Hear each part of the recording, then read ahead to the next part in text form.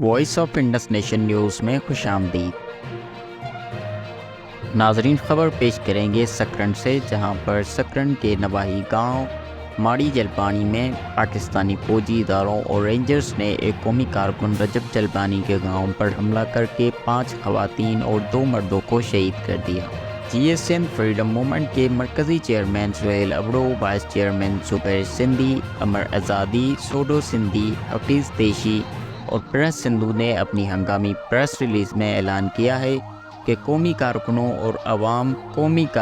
اور عام سندھی عوام پر سیدھی گولیاں برسائی گئی ہیں۔ جی ایس این فریڈم موومنٹ نے عالمی اداروں اور انسانی حقوق کی تنظیموں کو اس ظلم کا نوٹس لینے کا کہا ہے۔ ناظرین، آپ کو بتاتے چلیں، جی ایس این فریڈم موومنٹ نے کہا ہے کہ ہم ریاست کی بربریت، بزدلی اور وحشیانہ اقدامات کی شدید مذمت کرتے ہیں۔ سندھ میں پنجابی فوج کی طرف سے بنگلہ دیش جیسی بربریت اور وحشیانہ کارروائیاں شروع کر دی گئی ہیں، جس کے نتیجے میں کل بنگلہ دیش بنا۔ اب سندھ کی لہر صاف اور واضح ہو رہی ہے۔ ہمیں باہر نکل کر بنگالیوں کی طرح اس فاشسٹ ریاست کے خلاف لڑنا ہوگا تاکہ ہمارے لوگ اپنے ملک کے مالک ہوں۔